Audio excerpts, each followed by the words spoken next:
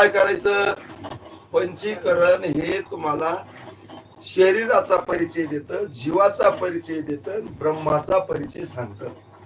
आणि तिन्ही गोष्टी तीन ठेवून असं वेगळं राहतं असं नाही. अंतिम त्याचा साध्य म्हणजे जीव आणि ब्रह्माची ऐक्यता करून घेत. काय करतं? जीव आणि ब्रह्म.